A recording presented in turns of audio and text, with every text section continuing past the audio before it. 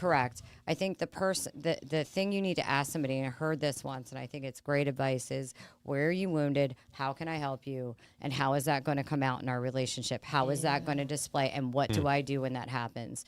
And until we're, again, I'll go back, willing to live or get into relationships with intent and ask questions like that, like we would with a job, like we would with our kids, with that same intent, a lot of them will fail if we're entering with people who have experienced trauma and trauma ourselves. Go ahead, Gabby. And then we'll move on to Jason's next subject. There's actually a physiological reason why people become addicted to relationships that are traumatic.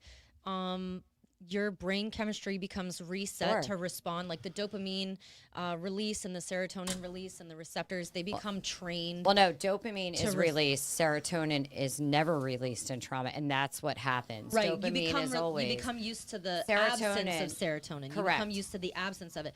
But yeah, it's so your brain is physiologically trained to seek that out because it becomes your norm. So when you're in a healthy relationship, serotonin starts to be released. Dopamine is only released during trauma. Scientifically speaking, Frankie, I'm going to give you the last wrap on this because we got to move on. Okay, because we're way over. I just have a question. This is what I'm gonna ask from now on. Not what am I willing to do to help you.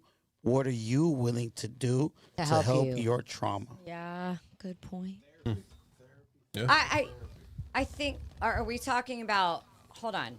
I don't think that's fair because if you're entering a relationship and somebody is being rawly honest with you and telling you they have trauma or past trouble, then you're going to be like, what are you doing? What are you willing? No. How can I help you help yourself? And how can I be on part of that journey with you?